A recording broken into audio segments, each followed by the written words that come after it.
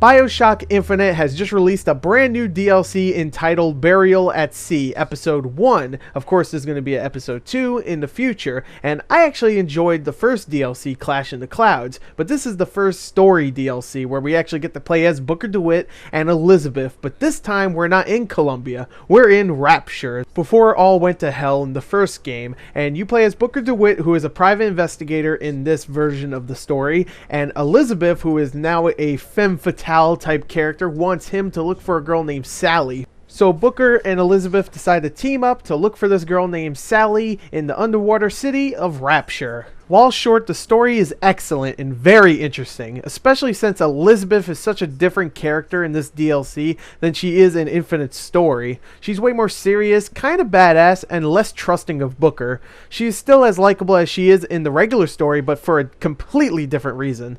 Booker is about the same, but still the likable rogue that we came to know and love. And of course, a big part of the story is Rapture. It's back, and it is beautifully realized like the first game. At the beginning, everything is perfectly fine, and people are just talking and having a good time, which is actually new for this game because that's never happened in BioShock 1 or 2. Everything's just nuts right in the beginning.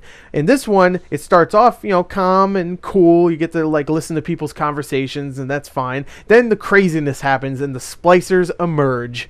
Now, graphically, it looks just as good as Infinite, and the art style of Infinite works perfectly with Rapture and creates for some beautiful scenery, especially when you're looking outside and you see all the buildings in the water and you see whales and turtles swim by. It looks beautiful, it really does.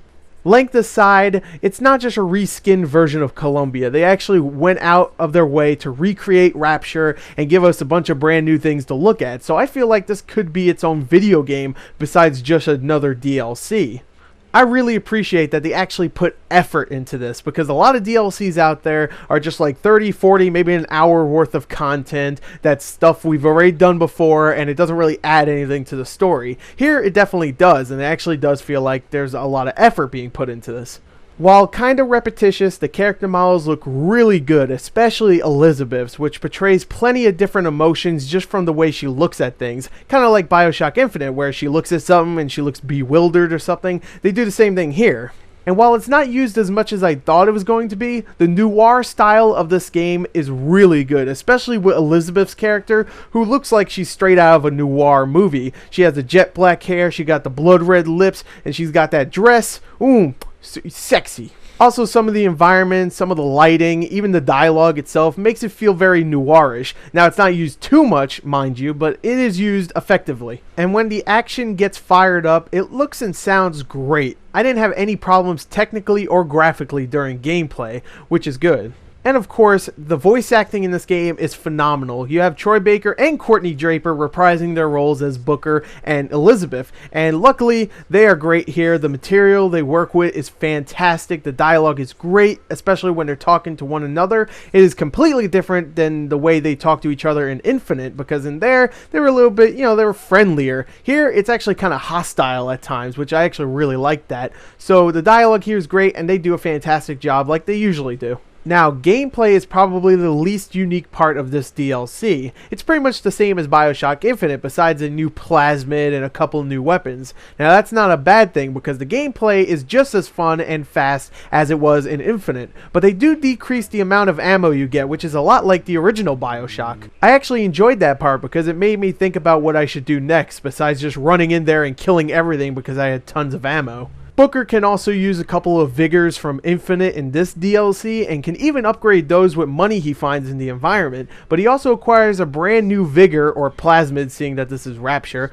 called Old Man Winter, which freezes your enemies in place. And I gotta tell you, this is actually probably one of my favorite vigors or plasmids ever, because it's so much fun. You just freeze your enemy, you go up to him, smash him into a bunch of pieces, or shoot him into a bunch of pieces. I don't know, it's just satisfying. Now, that's not all that is new in this game. You also get a couple of new guns. One is a Tommy gun, which pretty much replaces the machine gun. But hey, if you have a Tommy gun in a video game, you automatically get a point from me because I love Tommy guns.